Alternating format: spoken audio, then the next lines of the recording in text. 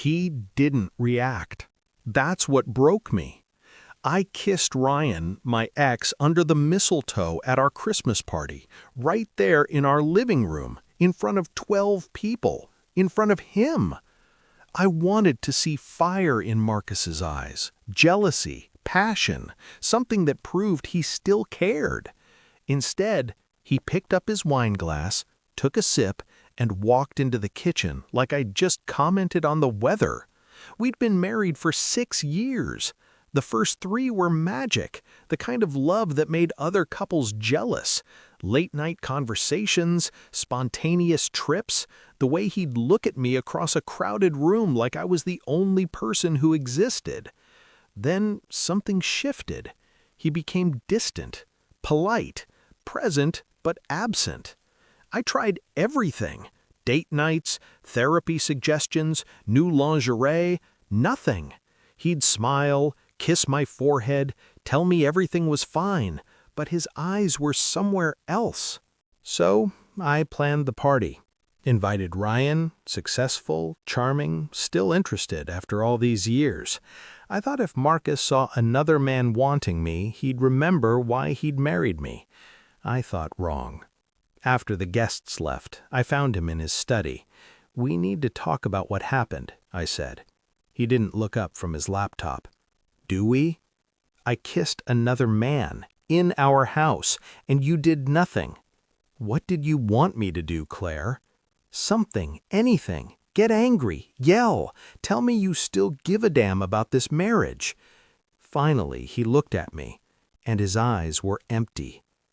"I can't give you what you're looking for," he said quietly. "Which is a reaction to a performance." The word hit like a slap. Performance, that's what you think this was? Wasn't it? He closed his laptop. "You invited your ex-boyfriend to our Christmas party. You kissed him under mistletoe you specifically hung in the doorway. You made sure everyone was watching, especially me." My throat tightened. "I just wanted you to what? Fight for you? Prove I still care?" He stood up.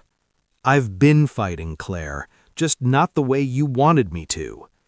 He left for a business trip the next morning. 3 days in Seattle, or so he said. I'd stopped believing his business trips were actually about business months ago. So I did what I should have done earlier. I checked his credit card statements.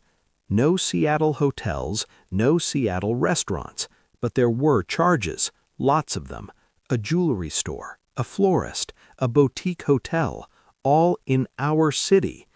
I felt ice flood my veins. I scrolled further back, found a pattern.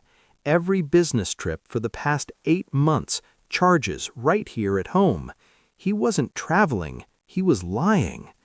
I hired a private investigator, gave him Marcus's schedule, his car's license plate, everything. The photos arrived 2 days later. Marcus wasn't with another woman. He was with his mother, in a hospice care facility. The investigator's report was thorough.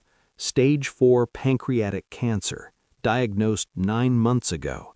She'd refused treatment, wanted to die on her own terms. She'd made Marcus promise not to tell anyone, not his sister, not his father, not me. The jewelry store? A locket with photos of her grandchildren she'd never have. The florist? Weekly arrangements for her room. The boutique hotel? Where his sister stayed when she flew in secretly to say goodbye. She died 3 weeks ago.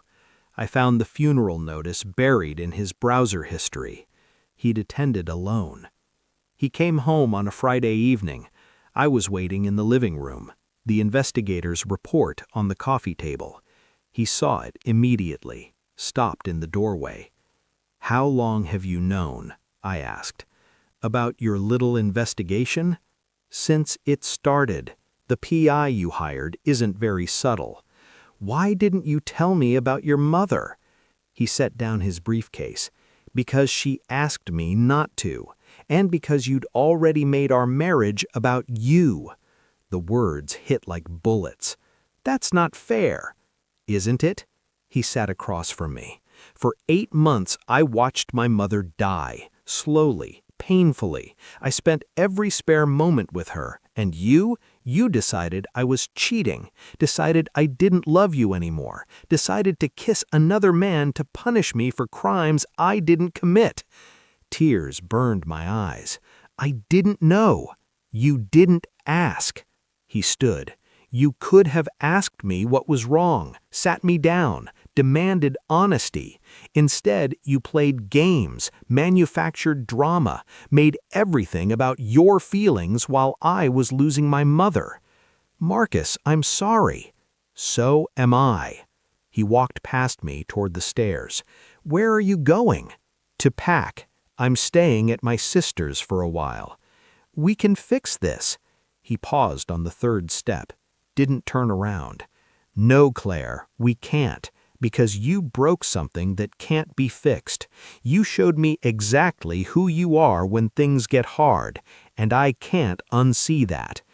The divorce papers arrived 6 weeks later. No fault, uncontested. He took nothing but his clothes and his mother's locket. I signed them without reading the details. What was the point? I'd kissed another man to make him jealous and lost him to a truth I never bothered to uncover. Some betrayals don't require infidelity. Sometimes they just require assumptions. And the cruelest part? I'd been